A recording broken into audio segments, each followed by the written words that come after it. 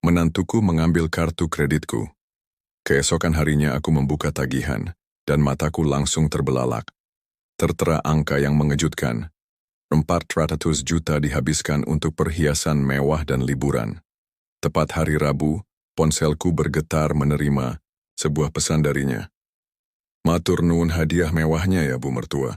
Aku hanya tersenyum tipis, senyum yang penuh arti, karena ia sama sekali tidak tahu bahwa kartu yang ia gunakan sebenarnya bukan kartu asliku. Sebelum aku melanjutkan kisah ini, jangan lupa menekan tombol like dan subscribe, ikuti ceritaku hingga akhir, dan tuliskan di kolom komentar dari kota mana kalian sedang menonton, agar aku tahu sejauh mana kisahku telah menjangkau. Aku masih mengingat dengan jelas, pertama kali anakku memperkenalkan calon istrinya 2 tahun lalu. Waktu itu kami makan malam bersama di meja rotan tua, warisan berharga dari almarhum suamiku. Saat itu pertama kali aku melihat Raras, menantu yang kelak menjadi bagian dari hidupku. Ada sesuatu dalam sorot matanya yang membuatku sedikit waspada. Bukan karena sikapnya buruk, justru sebaliknya. Ia sangat ramah, terlalu ramah. Ia memanggilku dengan suara lembut, "Bu Sulastri." Senyumnya tidak pernah luntur sepanjang malam, bahkan ia menawarkan diri mencuci piring setelah makan. Dari luar ia tampak sempurna, seolah-olah sudah terlatih untuk menjadi menantu idaman. Namun, naluri lamaku yang terasah puluhan tahun di dunia keuangan berbisik lirih. Ada sesuatu yang tidak wajar di balik keramahan itu. Aku pernah 3 dekade bekerja di perbankan, terbiasa membaca bahasa tubuh orang, terbiasa mengendus niat tersembunyi, dan malam itu naluriku berucap, "Waspadalah Sulastri, jangan terburu-buru percaya." Sementara itu, anakku Ardi, satu-satunya buah hatiku, terlihat begitu dimabuk cinta. Tatapan matanya berkilau setiap kali melihat Raras, seolah seluruh dunia hanya berputar pada dirinya. Aku tidak ingin merusak kebahagiaan Ardi dengan kecurigaan yang belum punya bukti, maka aku memilih diam, tapi di dalam hatiku, aku simpan semua catatan kecil tentang sikap menantuku itu. Hari-hari berikutnya, Raras mulai sering datang ke rumah, kadang bahkan tanpa ditemani Ardi. Awalnya aku mengira hal itu bagus, sebuah pertanda, mertua dan menantu bisa lebih dekat. Namun semakin lama aku merasa ada yang ganjil. Ia terlalu sering membuka lemari, memperhatikan isi rumah, memuji perhiasan lama, bahkan menanyakan detail yang sebenarnya tidak perlu. Pernah suatu kali ia bertanya sambil menunjuk sebuah foto lama, "Bu, cincin emas yang di foto itu masih ada, Anggi?" Pertanyaan yang sederhana, tapi entah mengapa menusuk naluriku. Hingga pada suatu hari, ketika ia membantu menyapu ruang tamu, aku memergokinya membuka laci meja kerjaku yang jelas-jelas terkunci. Dengan cepat ia menutupnya lalu tertawa kecil. "Aduh, Bu Sulastri, kulo kirain ini tempat nyimpen serbet," katanya santai. Matanya tidak panik, namun gerakannya terlalu cepat untuk dianggap wajar. Aku tahu benar, di dalam laci itu tidak pernah ada serbet. Yang tersimpan hanyalah beberapa dokumen lama serta 1 kartu kredit yang kupikir sudah lama tidak aktif. Keesokan harinya, aku mengecek semua tempat penyimpananku. Tidak ada yang hilang, namun hatiku merasakan ada sesuatu yang berubah, seperti ada angin dingin menyelinap diam-diam melalui celah jendela yang lupa kututup rapat. Malam itu, aku duduk di teras, menyeruput teh melati, menatap langit yang jernih, sementara hati kecilku gelisah. Aku mulai menyusun rencana. Jika benar Raras menyimpan niat tersembunyi, maka cepat atau lambat kebenaran itu akan terungkap. Aku hanya butuh kesabaran. Aku pernah menghadapi koruptor besar dalam pekerjaanku dulu. Masak iya aku kalah menghadapi menantuku sendiri? Mulai malam itu, aku mengubah strategiku. Dari luar aku tetap terlihat sebagai ibu mertua yang penuh kehangatan, ramah, bahkan sesekali mengajaknya berbincang santai di dapur sambil membuat kue. Namun di dalam diriku aku sudah bersiap. Aku tidak akan gegabah menuduh, karena aku tahu, orang yang menyimpan niat serakah harus dibiarkan merasa aman terlebih dahulu. Biarkan mereka berpikir aku lengah. Aku sengaja meletakkan beberapa barang berharga di tempat yang mudah terlihat.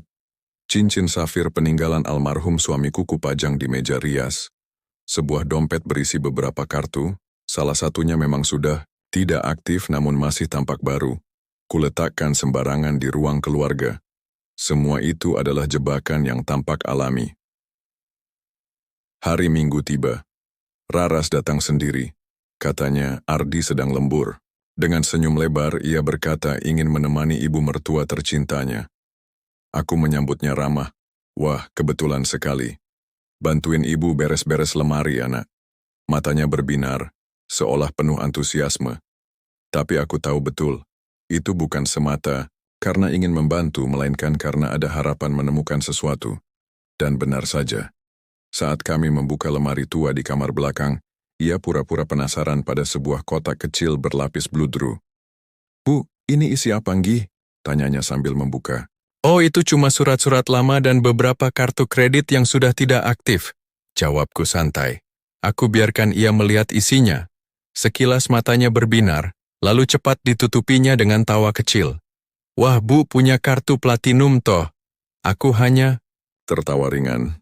Sekarang ibu sudah pensiun, cukup pakai debit saja. Namun aku tahu betul, di balik senyumnya ia sedang menyimpan informasi itu. Beberapa saat kemudian saat ia hendak pulang, aku pura-pura tidur siang.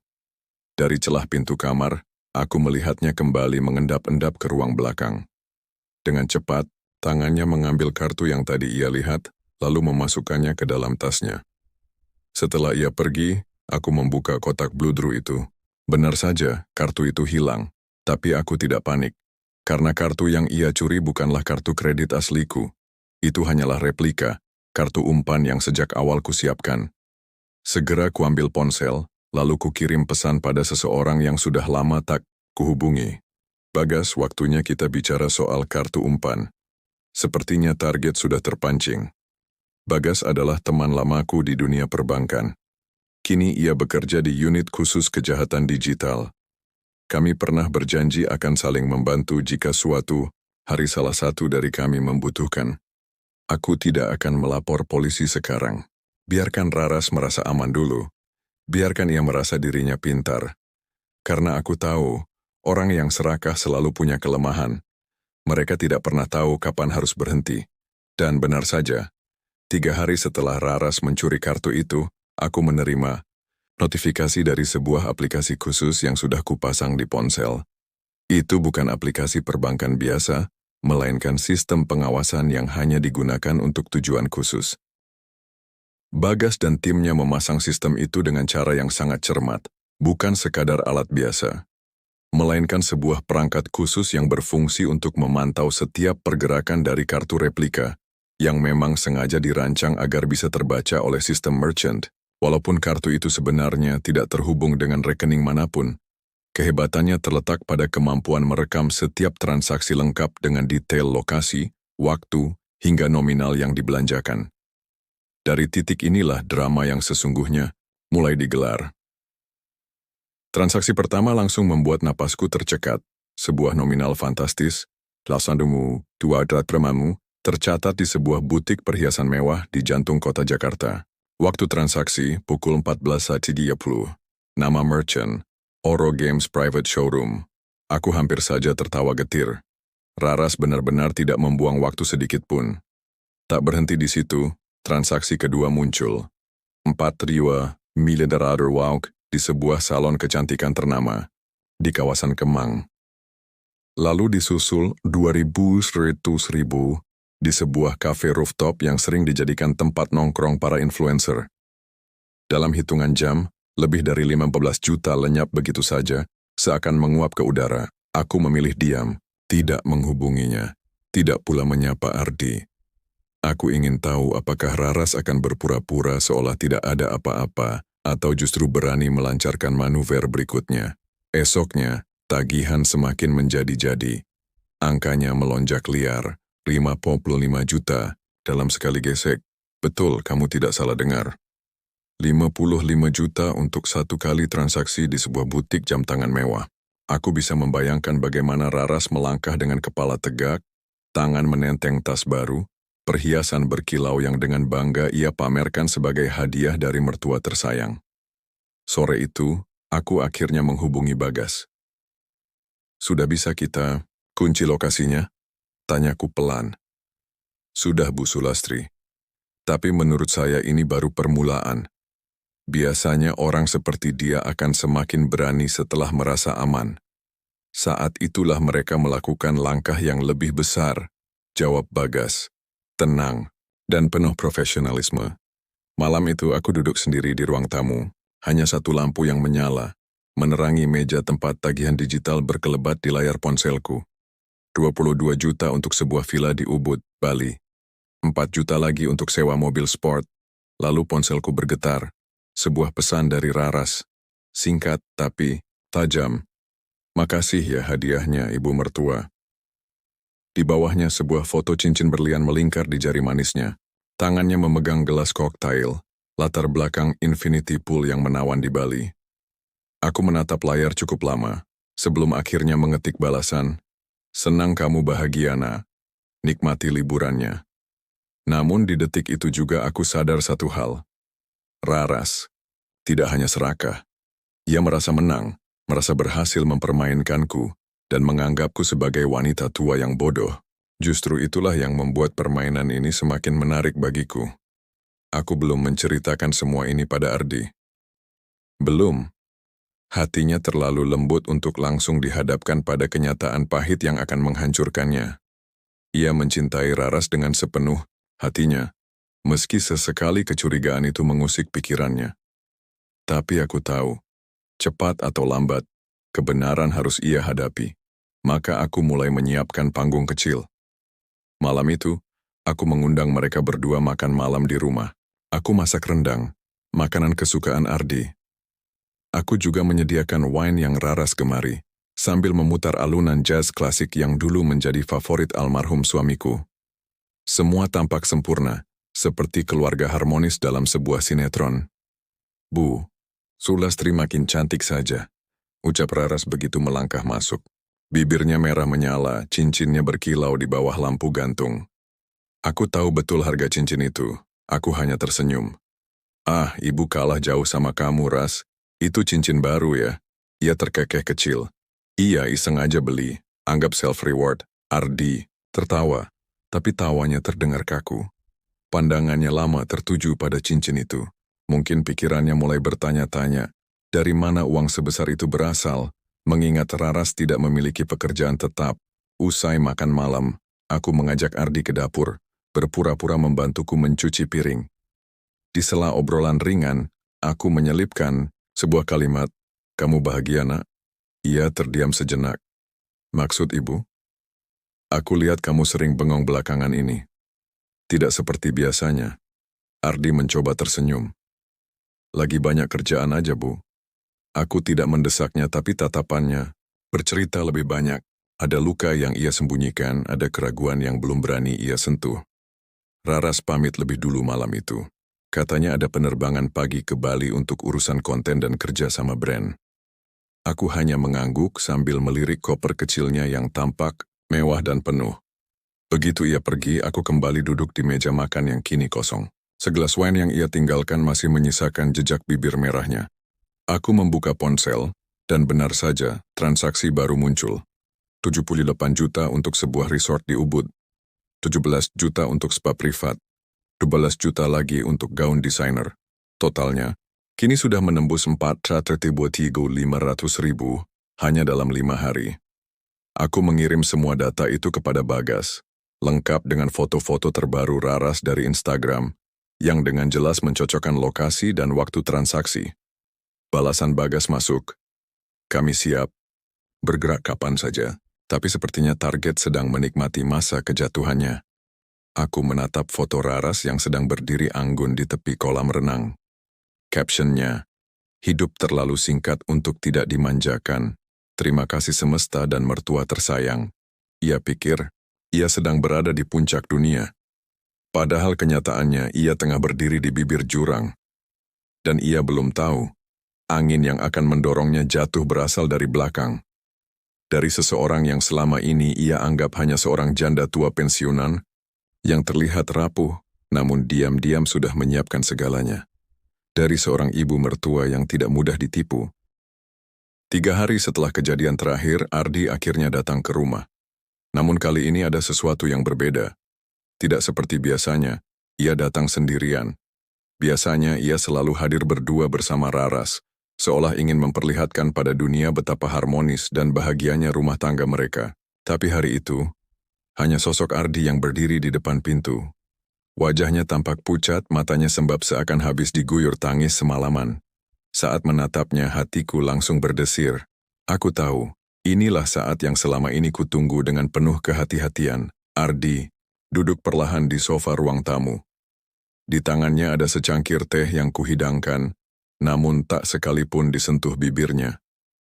Kedua tangannya hanya menggenggam cangkir itu erat-erat, seolah dari situ ia mencari kekuatan yang sudah lama hilang. Suaranya terdengar berat, nyaris pecah. "Ibu, boleh aku tanya sesuatu, tapi janji jangan marah." Aku menatapnya lembut, mencoba memberi ruang bagi hatinya yang sedang rapuh. "Tanyakan saja, nak. Apapun itu ibu akan mendengarkanmu." Ardi menghela napas panjang sebelum akhirnya melanjutkan. "Raras bilang, ibu yang kasih dia kartu kredit tempo hari. Katanya, itu hadiah ulang tahun diam-diam dari ibu. Kartu platinum buat belanja, biar dia bisa self-care, biar dia bahagia, dan enggak stres." Aku spontan mengangkat alis. "Kartu apa, nak?" Tanyaku datar. Ia menatapku ragu, seakan tidak yakin dengan kata-katanya sendiri.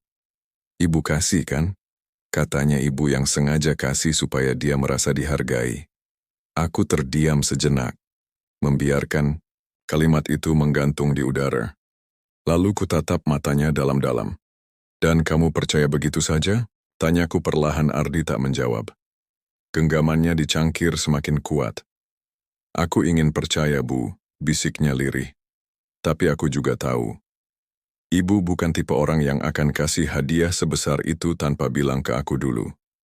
Aku tersenyum, meski dalam hati terasa getir. "Nak, ibu tidak pernah kasih kartu apapun ke siapapun. Bahkan kartu itu sudah lama tidak aktif." Mendengar itu, bahu Ardi langsung merosot. Ia menunduk dalam-dalam. Aku bisa merasakan betapa hatinya sedang retak. Tapi lebih baik, ia tahu, sekarang saat luka masih bisa dijahit, daripada nanti ketika semuanya sudah benar-benar hancur. Ia menarik napas panjang lalu berbisik, "Bu, aku nemuin slip transaksi di tas Raras. 78 juta untuk sewa villa, 50 juta buat jam tangan. Padahal kami bahkan belum bayar tagihan listrik bulan ini." Aku hanya diam, membiarkannya terus bicara. Mataku tak lepas dari matanya seakan ingin mengatakan bahwa aku ada untuknya. "Aku tanya dia soal itu, Bu," lanjutnya. Tapi dia malah marah. Dia bilang, aku anak mami yang enggak bisa jadi suami. Air mata yang sejak tadi ia tahan akhirnya jatuh juga. Lelaki, dewasa itu, anakku sendiri kini duduk di depanku dengan luka yang tak kasat mata namun tajam bagai silet. Luka yang paling pedih, dikhianati orang yang dicintai. "Ibu?" Suaranya bergetar. Aku harus gimana? Aku berdiri perlahan, membuka laci meja, lalu mengambil ponselku. Dengan lembut kuletakkan di hadapannya, memperlihatkan folder data yang selama ini kusimpan. "Inilah semua jawabannya, nak. Semua transaksi yang Raras lakukan dengan kartu palsu. Kartu itu bukan milikku. Aku sengaja membiarkannya dia pakai, karena ibu ingin tahu sejauh mana dia berani melangkah." Ardi menatapku bingung. "Palsu?" Aku mengangguk. "Ya, nak. Itu hanya kartu umpan. Nomornya palsu tapi semua transaksinya terekam. Dan sekarang kamu bisa lihat sendiri siapa sebenarnya perempuan itu."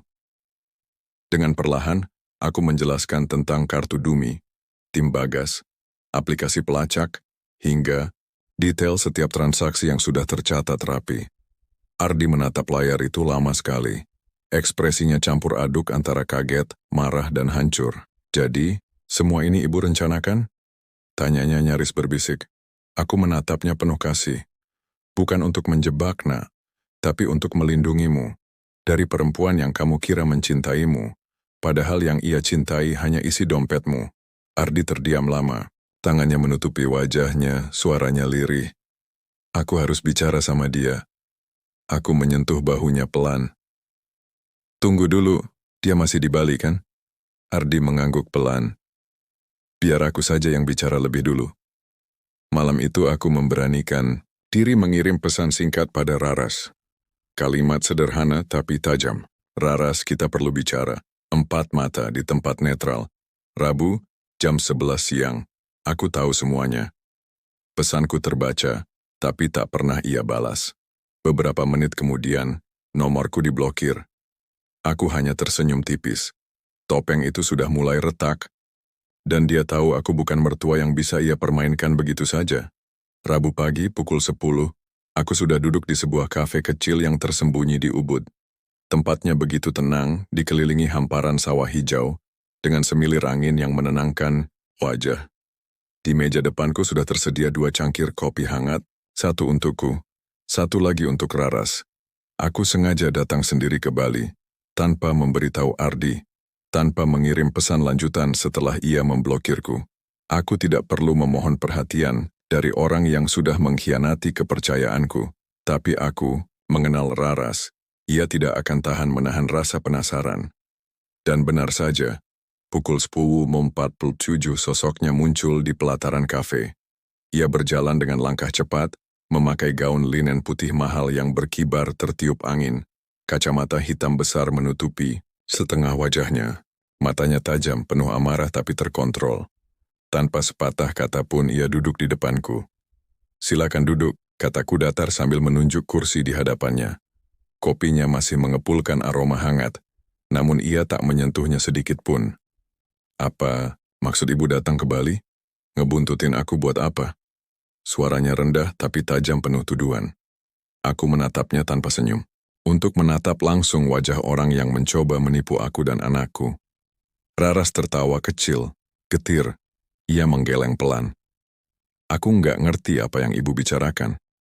Aku meletakkan ponsel di atas meja, membuka folder berisi daftar transaksi dari kartu kredit palsu itu, lengkap dengan nama merchant, lokasi, waktu, bahkan foto pendukung.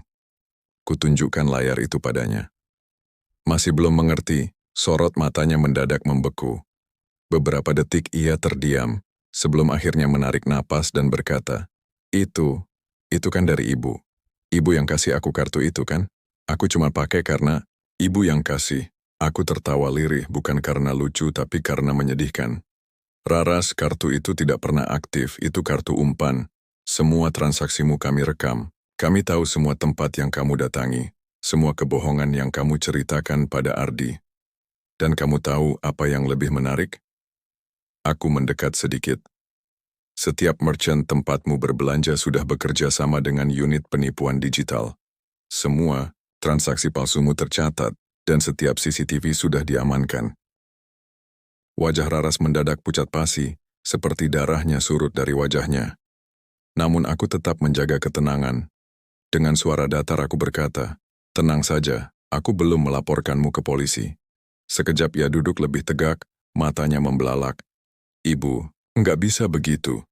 Itu pelanggaran privasi. Aku bisa menuntut balik. Aku hanya mengangkat alis, menatapnya tanpa gentar. Silakan saja. Tapi kau tahu, siapa yang akan lebih dulu merasakan jeruji besi? Suasana kafe mendadak hening. Hanya denting sendok beradu dengan gelas dari meja lain yang terdengar samar. Raras mulai goyah, emosinya tak lagi terkendali. Oke, baiklah. Aku memang salah. Tapi ibu nggak akan pernah benar-benar mengerti. Ardi itu anak mami. Dia nggak tahu tekanan berat jadi istri di zaman sekarang. Semua orang di Instagram pamer hidup mewah. Aku hanya ingin terlihat pantas di mata mereka. Aku menatapnya tajam. Dan menurutmu cara untuk terlihat pantas adalah dengan mencuri, dengan menggadaikan kepercayaan demi sekadar like dan followers? Raras memalingkan wajah, matanya berkilat basah, seolah ada air mata yang hampir jatuh. Tapi aku tahu, itu bukan air mata penyesalan. Itu hanyalah ketakutan karena kebohongannya mulai terbongkar. Apa maumu, Bu? Suaranya lirih, hampir tak terdengar. Aku menatap lurus ke matanya. Kembalikan semuanya. Barang-barang, uang tunai, setiap rupiah yang kau ambil. Aku beri waktu 3 hari. Kalau lewat dari itu, Bagas yang akan turun tangan. Kau tahu siapa dia? Bukan. Ia mengangguk pelan, nyaris tak terlihat. Dan satu lagi, tambahku tegas. Aku ingin kau jujur kepada Ardi. Kalau kau tak sanggup, maka aku sendiri yang akan melakukannya. Raras menelan ludah, lalu bertanya dengan nada gemetar. Kalau aku turuti, ibu akan diam. Aku menghela napas panjang. Aku tak bisa janji, tapi aku akan mempertimbangkannya. Dengan panik ia bangkit dari kursinya, nyaris terjatuh karena terburu-buru. Tanpa menoleh, ia meninggalkan kafe itu dengan langkah tergesa. Aku hanya menatap cangkir kopinya yang masih penuh. Uap hangatnya perlahan memudar seiring dinginnya perasaan yang mulai menguasai ruang batinku. Aku tahu, Raras tak akan sungguh-sungguh menepati janjinya. Orang seperti dia tidak akan pernah benar-benar mengerti arti kehilangan sampai segalanya benar-benar direnggut darinya. Dan waktu itu akan segera tiba. Hari pertama berlalu, tak ada kabar, tak ada barang kembali, tak ada permintaan maaf, bahkan sekadar pesan singkat pun tidak. Hari kedua pun sama. Aku sengaja tidak menghubunginya. Jika ia punya sedikit saja rasa tanggung jawab, ia pasti akan mengambil langkah. Tapi nyatanya ia memilih diam, atau lebih tepatnya, bersembunyi. Hingga sore itu, aku menerima panggilan telepon dari Ardi. Suaranya terdengar lelah. Bu, aku boleh ke rumah sekarang? Ketika ia datang, wajahnya kusut, matanya sayu. Di tangannya ada sebuah kotak hitam kecil dengan logo butik perhiasan mewah di atasnya. Tanpa basa-basi, ia berkata, aku temuin ini di laci rahasia meja kerja Raras. Aku terdiam sejenak lalu membuka kotak itu. Di dalamnya ada 4 gelang emas putih, 1 liontin, dan sebuah flash disk kecil. Aku mengambil flash disk itu perlahan, seakan sedang memegang kunci dari sebuah rahasia besar. Tolong Bu, ucap Ardi lirih, hampir bergetar. Aku nggak tahu harus percaya siapa lagi, tapi aku yakin Raras menyembunyikan sesuatu dariku. Aku menatapnya, lalu bertanya pelan, kamu percaya sama ibu? Ia mengangguk. Matanya berkaca-kaca, penuh luka. Kali ini tak ada keraguan, hanya rasa pasrah dan kepercayaan yang tulus. Setelah terlalu lama ia dibohongi. Kalau begitu, biar ibu yang selesaikan. Setelah Ardi pulang, aku duduk di depan laptop tua peninggalan almarhum suamiku. Dengan hati-hati, aku colokkan flash disk itu ke port USB. Lampunya menyala merah. Di dalamnya hanya ada 1 folder. Backup, kubuka folder itu, dan mataku terbelalak. Isinya tangkapan layar percakapan antara Raras dan seseorang bernama Rian. Kubaca pelan-pelan, Raras. Tenang aja, aku udah dapetin kartunya. Bu Sulastri tuh gampang banget dibodohin. Rian, bagus. Kalau bisa ambil dokumen-dokumen juga, siapa tahu ada aset yang bisa kita manfaatin. Raras. Haha, iya. Orang tua kayak gitu cuma kelihatan galak, tapi aslinya lengah banget. Duitnya banyak, tinggal dipoles dikit luluh. Rian, kamu hebat sayang. Kalau ini berhasil, kita bisa pindah ke Singapura. Gak usah pura-pura sama Ardi lagi. Raras, ya ampun aku udah muak pura-pura jadi istri baik-baik. Ardi itu terlalu polos, bikin malas banget. Tanganku bergetar. Bukan lagi karena terkejut, melainkan karena amarah yang mendidih. Segala kecurigaan yang selama ini kutahan kini berubah menjadi kenyataan yang menyakitkan. Raras bukan hanya mencuri, ia juga berselingkuh, bahkan merencanakan penipuan besar dengan orang lain. Dan siapa sebenarnya Rian itu? Dari gaya percakapannya, jelas dia bukan sekadar kekasih gelap. Bisa jadi ia penadah, atau mungkin dalang dari permainan kotor ini. Keesokan paginya aku segera mengirimkan flash disk itu kepada Bagas. 1 jam kemudian, ia menelepon. Bu Sulastri, kami sudah identifikasi alamat IP dan lokasi file. Orang bernama Rian ini punya 2 catatan kriminal, penipuan investasi dan penyalahgunaan data pribadi. Aku menghela napas panjang. Berarti ini sudah masuk ranah pidana serius kan? Benar sekali, Bu. Kami punya cukup bukti untuk melakukan penangkapan keduanya. Aku menutup telepon dan berdiri menghadap jendela. Cahaya matahari sore menembus tirai tipis ruang tamu, hangat namun syarat bayangan. Raras telah kuberi kesempatan, tapi ia memilih menusuk lebih dalam. Sekarang ini bukan lagi sekadar soal kartu kredit atau perhiasan. Ini tentang sebuah pengkhianatan yang dibungkus dengan senyum, manis dan sandiwara indah. Ia mungkin merasa sedang mengendalikan permainan, Padahal ia hanya sedang menari di atas tanah yang pelan-pelan mulai runtuh. Dan pada Jumat pagi itu, ketika langit Jakarta tampak kelabu dan udara pengap seolah menyimpan firasat buruk, aku tahu, akhir dari drama ini semakin dekat. Bagi diriku hari itu bukan sekadar pergantian waktu biasa. Bagiku hari itu adalah sebuah awal baru, sebuah momentum penting di mana permainan panjang yang selama ini kubiarkan berjalan dengan tenang, akhirnya mulai kubalikan arah seluruhnya. Ada rasa lega sekaligus getir yang menyelusup dalam dadaku. Pesan suara singkat dari Bagas masuk ke ponselku. Suaranya terdengar tegas namun tetap rendah, seolah sedang menahan napas. Bu Sulastri, kami sudah berhasil menemukan lokasi Raras dan Rian. Mereka saat ini tinggal di sebuah apartemen sewaan di kawasan SCBD. Tim pengawasan sudah kami tempatkan. Kami menunggu instruksi selanjutnya. Aku mengetik balasan dengan cepat tanpa ragu. Tangkap mereka saat kalian benar-benar siap. Jangan beri sedikit pun ruang bagi mereka untuk melarikan diri. Setelah itu aku langsung menghubungi Ardi, anakku. Suaraku bergetar halus meski kuusahakan tetap terdengar kokoh. Nak, sore ini datanglah ke rumah. Ada sesuatu yang harus kamu ketahui, dan mungkin ada seseorang yang tidak akan pernah kembali pulang. Pukul 5 sore, Ardi sudah duduk di hadapanku. Rambutnya kusut, kemejanya tampak berantakan, persis seperti seseorang yang semalaman tidak sempat memejamkan mata. Mungkin memang ia benar-benar tidak tidur. Wajahnya letih, namun sorot matanya menahan sejuta tanya. Aku menyerahkan sebuah folder berisi salinan percakapan antara Raras dan Rian.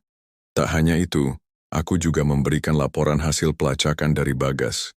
Foto-foto keduanya yang keluar masuk apartemen sambil mengangkut koper, serta bukti pembelian barang-barang mewah menggunakan identitas palsu. Ardi membaca semua berkas itu dalam diam. Tidak ada suara, tidak ada tanya.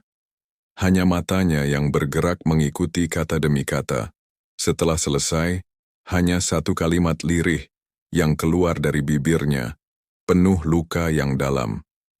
Jadi, semua ini sejak awal hanya pura-pura ya Bu? Aku tak sanggup menjawab. Aku hanya menggenggam tangannya erat. Diamnya jauh lebih menyayat daripada air mata yang mungkin jatuh, tetapi anakku tetap berusaha terlihat kuat. Belum sempat aku berbicara, ponselku berdering. Suara Bagas terdengar dari seberang, cepat dan singkat. Bu, kami sudah masuk. Rian mencoba melarikan diri lewat tangga darurat, tapi tim berhasil mengamankannya. Rara sempat menyangkal, tapi bukti yang kami punya sudah cukup. Kami menangkap keduanya tepat pukul 17.21. Aku menarik napas panjang, membiarkan udara menusuk paru-paruku sebelum perlahan melepaskannya. Setelah telepon terputus, Bagas segera mengirim rekaman CCTV dari proses penangkapan. Dalam video itu terlihat Raras berteriak histeris, rambutnya acak-acakan, matanya liar seperti binatang terperangkap. Sementara Rian sempat berusaha melawan, tetapi akhirnya dilumpuhkan. Ardi menonton video itu tanpa sepatah kata pun. Hingga rekaman berakhir, ia hanya bersandar di sofa, lalu menutup wajahnya dengan kedua tangannya. Suaranya keluar lirih, nyaris, seperti bisikan. Ibu sudah tahu sejak kapan? Aku mengangguk pelan. Sejak hari pertama dia membuka laci meja kerjamu. Ardi terdiam, lalu menunduk. Aku kira dia benar-benar cinta, Bu. Aku menatap mata anakku, mata yang kini perlahan, mulai kering dari ilusi yang selama ini membutakannya. Dengan lembut aku berkata, Nak, orang yang sungguh mencintaimu tidak akan berbohong. Tidak akan mencuri, apalagi menjual masa depanmu hanya demi tas mewah dan liburan. Ardi kembali mengangguk, kali ini lama, seakan setiap kata yang keluar, dariku menancap dalam jiwanya. Terima kasih, Bu. Kalau bukan karena Ibu, mungkin aku sudah bangkrut, atau lebih buruk lagi, hancur seluruhnya. Aku mengelus pundaknya penuh kasih. Kita semua bisa saja jatuh cinta pada orang yang salah. Tapi yang terpenting adalah jangan pernah tinggal terlalu lama di dalam kesalahan itu. Malam itu, berita pun menyebar luas. Judul-judul besar muncul. Pasangan penipu digital ditangkap usai menipu mertua 400 juta. Salah satunya seorang influencer terkenal. Foto Raras yang dulu tampak glamour kini terpampang di berbagai media. Mengenakan baju tahanan kusam, wajah pucat tangan di borgol. Akun Instagramnya menghilang dari peredaran, para pengikutnya berbondong-bondong meninggalkannya. Kontrak kerjasama dengan berbagai brand besar langsung diputus, dan dunia maya penuh cacian terhadap dirinya. Aku menatap berita itu sambil menyeruput teh hangat. Tak ada sorak-sorai, tak ada rasa puas berlebihan. Hanya ketenangan yang perlahan mengisi ruang hatiku. Karena keadilan sejati bukanlah balas dendam, melainkan mengembalikan kenyataan pada tempat yang seharusnya. Dan kenyataan itu jelas, Raras bukanlah korban. Dialah pelaku. Rumahku kembali sunyi. Tak ada lagi suara langkah sepatu berhak tinggi yang mengetuk lantai keramik. Tak ada lagi aroma parfum menyengat yang terlalu menusuk untuk ruang sekecil ruang tamu. Tak ada lagi tawa yang terdengar manis namun penuh kepalsuan. Anehnya, aku tidak merasa lega. Bukan karena merindukan Raras, melainkan karena aku tahu luka yang ditinggalkannya jauh lebih dalam dari apa yang terlihat, terutama di hati Ardi. Sudah seminggu sejak penangkapan itu, Ardi belum kembali ke rumah. Ia memilih tinggal di apartemennya yang lama, dengan alasan butuh waktu untuk berpikir. Tapi aku tahu, bukan berpikir yang sebenarnya ia perlukan, melainkan waktu untuk memulihkan luka hatinya. Minggu itu aku memutuskan menemuinya. Aku datang ke apartemennya dengan membawa masakan kesukaannya, rawon hangat dengan sambal terasi pedas. Hidangan sederhana yang tak pernah bisa ia tolak, bahkan ketika hatinya sedang berantakan. Ardi membuka pintu tanpa sepatah kata. Wajahnya masih terlihat letih, tapi ada sesuatu yang berbeda di sorot matanya. Lebih jernih, lebih lapang, seperti kabut yang perlahan mulai menghilang. Kami makan dalam diam cukup lama, hingga akhirnya ia memecah keheningan. Aku bermimpi, Bu. Aku menoleh. Mimpi apa, Nak? Suaranya bergetar. Mimpi Raras pulang. Dia menangis minta maaf, tapi dalam mimpi itu aku nggak bisa bergerak, nggak bisa bicara. Aku hanya duduk dan melihat dia meracuni makananku, sendok di tanganku. Terhenti. Jantungku terasa menegang mendengar kata-katanya. Ardi melanjutkan dengan nada lebih dalam. Mimpi itu bukan cuma soal takut, Bu, tapi lebih kepada bagaimana aku sadar, jauh di dalam hatiku, sebenarnya aku enggak pernah benar-benar percaya sama dia. Aku diam. Aku ingin ia melanjutkan sendiri, membiarkan hatinya tumpah tanpa harus kutahan. Selama ini aku cuma pura-pura enggak lihat, pura-pura semuanya baik-baik saja. Aku takut dianggap gagal jadi suami. Takut orang bilang aku enggak bisa bikin istri bahagia. Matanya berkaca-kaca, suaranya nyaris pecah. Tapi ternyata, Bu, aku cuma menghancurkan diriku sendiri. Aku menggenggam erat tangannya, seolah ingin menyalurkan kekuatan yang masih tersisa dalam diriku. Ardi, dengarkan baik-baik. Kamu tidak gagal, Nak. Jangan pernah merasa begitu. Kamu hanya mencintai seseorang yang ternyata keliru. Dan itu bukan kelemahan. Itu bagian dari menjadi manusia. Itu bukti bahwa hatimu masih hidup, masih mampu percaya dan memberi kasih. Ardi tersenyum hambar, lalu menghela napas pelan. Tapi ibu tahu sejak awal, kan? Ibu sebenarnya sudah mencurigai. Aku menatap matanya yang letih. Iya, Nak. Sejak awal aku memang merasa ada sesuatu yang tidak beres. Tapi aku menunggu. Aku tak ingin menghakimi tanpa dasar. Aku tidak ingin menuduh tanpa bukti, sebab meskipun dia menyakitimu, aku ingin keadilan yang berbicara, bukan sekadar amarah seorang ibu. Ardi mengangguk perlahan, wajahnya sedikit lebih tenang. Ibu, Raras ditahan berapa lama? Masih menunggu proses hukum. Tapi dengan bukti yang menumpuk, paling sedikit 5 tahun ia akan berada di balik jeruji. Ia terdiam sejenak, lalu berbisik lirih. Aku ingin datang ke sidangnya nanti, bukan untuk melampiaskan dendam, hanya ingin melihat dengan mataku sendiri bagaimana ia mendengar putusan atas semua yang sudah ia hancurkan. Aku memandang wajah anakku, kali ini dengan rasa bangga. Tak ada lagi bara dendam di sana, hanya kesadaran yang jernih. Dan kesadaran itulah yang membuatnya tampak lebih dewasa daripada mereka yang masih terikat amarah. Sebelum aku beranjak pulang, Ardi mendekapku erat untuk pertama kalinya sejak badai ini datang. Ibu adalah pahlawan dalam hidupku, bisiknya. Bukan karena ibu menyelamatkanku, tapi karena ibu membiarkanku melihat kenyataan pahit itu dengan mataku sendiri. dan tetap berdiri di sampingku. Air mataku jatuh, hangat membasahi pipi. Aku sadar, kemenangan kami bukan dari teriakan atau amarah, melainkan dari diam yang sabar, dari strategi yang tenang, dari keberanian menunggu saat yang tepat. Kini rumah kami memang sepi, tetapi kesunyian ini adalah ketenangan. Lebih baik rumah yang sunyi tapi tulus daripada ramai penuh kepalsuan. Raras mungkin sudah keluar dari kehidupan kami, tapi luka yang ditinggalkannya masih harus dirawat. Dan kami siap menjalaninya. Hari persidangan itu datang layaknya pagi setelah badai. Matahari tak bersinar terlalu cerah, tapi cukup hangat untuk meyakinkan bahwa hidup akan kembali baik-baik saja. Aku mengenakan pakaian terbaikku, bukan demi penampilan, melainkan sebagai bentuk penghormatan pada keadilan. Ardi duduk di sampingku di ruang sidang, mengenakan jas abu-abu sederhana. Rambutnya kini rapi, wajahnya tak lagi tampak sebagai korban, melainkan seseorang yang sudah memilih berdiri kembali meski sempat jatuh. Lalu pintu ruang sidang terbuka. Raras masuk dengan tangan di borgol, mengenakan seragam tahanan berwarna oranye. Hilang sudah angkuhnya, tak ada lagi make-up menutupi wajahnya, tak ada sepatu hak tinggi, tak ada senyum penuh tipu muslihat. Yang tersisa hanyalah wajah polos, sepolos ketakutan. Matanya resah mencari-cari arah. Saat pandangannya bertemu denganku, aku tidak menunduk. Aku menatapnya bukan dengan kebencian, melainkan dengan kemenangan yang tenang. Dan ia pun buru-buru membuang muka. Hakim mulai membacakan dakwaan, penipuan, pencurian identitas, penyalahgunaan data, kolusi dengan pihak ketiga.